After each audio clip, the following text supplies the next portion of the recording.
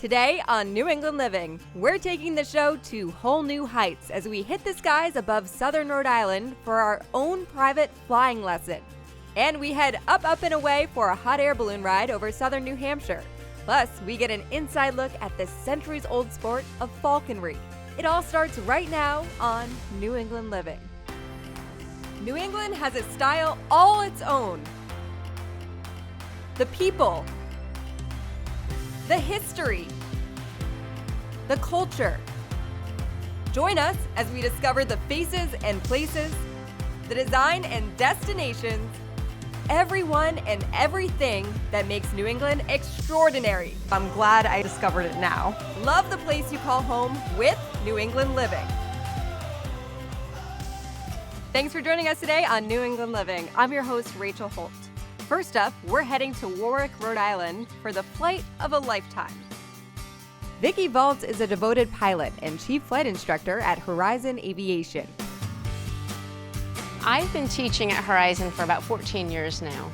I had my first flight in 2006. I enjoyed it so much. I walked into the building and I said to the manager, I want to do this again. What do you have available for tomorrow? So I did that second lesson and gave my boss notice, and a year later I had my commercial license, and a few months after that I was working here as a flight instructor. What was it about that first flight that hooked you? It was the takeoff. It was absolutely the takeoff. That feeling of freedom, that feeling of being off the ground, like being a bird and being able to navigate in the skies. What kinds of people do you see here wanting to learn how to fly a plane? We have people across the spectrum. Our youngest pilots started at about 8 years old, and our oldest pilots are somewhere about 80 years old. So they fall in different categories. We have people who want to come here and fly as a career. We have people that just want to do this because it's fun. How unique is it to be a female pilot? There aren't that many female pilots out there. The last time I checked, there was about 7% of pilots were females. To be able to lead young women into this new career path and sharing that experience, I think we need more female pilots out there. What's the process like of becoming a pilot?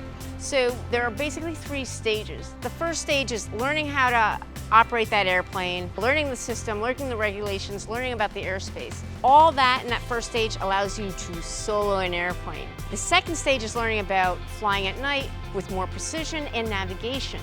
The last stage is all about getting you ready for that practical test to demonstrate that you have the skills and the knowledge to be a private pilot.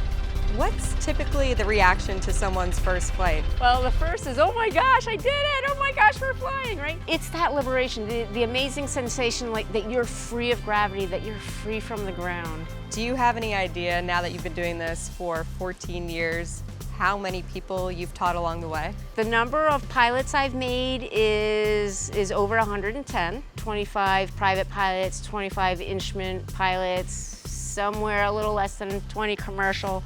My biggest thing these days are training flight instructors because I have a bigger impact on the aviation community by training future teachers. And so I believe I have made over 32 flight instructors. We're getting up there today. I'm getting my first flying lesson. I cannot wait for this. What are we going to be doing? First thing we're going to fly is a Cessna 172. These planes are designed to be really stable because they are training airplanes. So when we go out there, I'm going to show you all the components. We're going to walk around the airplane. We're going to check it to make sure that all the pieces are where they should be and they're operating the way they should. Then what we'll do is we'll get inside the cockpit. I'll show you the instrument panel. I'll show you how to control the plane as far as how to turn it, how to climb, how to descend, and then help me start the plane. And then you're going to learn how to manipulate the plane on the ground, all right? She's going to teach you how to use the rudder pedals, and then you're going to feel the plane get light, and then she's going to get airborne. I'm doing the takeoff? You're going to do the takeoff. You're trusting me already? You're going to do 95% of the flight. With a first student, this is what we do. You get to fly. You get really hands-on right away. Oh my goodness, yeah, it's all you.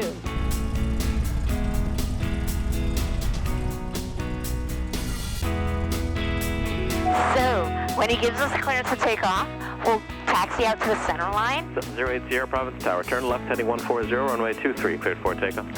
So now what we're going to do is accelerate, put your feet on the rudder pedal, see how it's nice and loose, and just kind of play with me there. Your job is to hold the yoke and your job is to take off. You ready?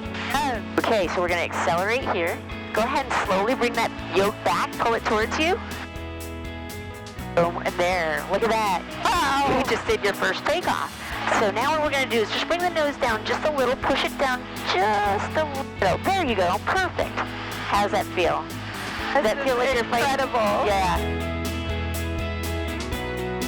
So right now we're about 1,500 feet. We're going to go ahead and climb all the way to 3,000 feet. Are you familiar with Rhode Island? Yes, but I've never seen it like this before. Wow.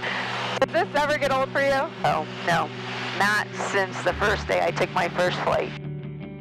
So I'm going to hand off the controls back to you. I'm going to say your controls, and you're going to say... I'm going to say my controls, and you're very brave. Nice. All right, so this is Narragansett Bay. This is the Sakonnet River. Let's go and take the Sakonnet River down. What's your favorite part about being in the plane? Personally, I love flying in the clouds. It's one of my favorite experiences. If you had to guess, how many flights have you done?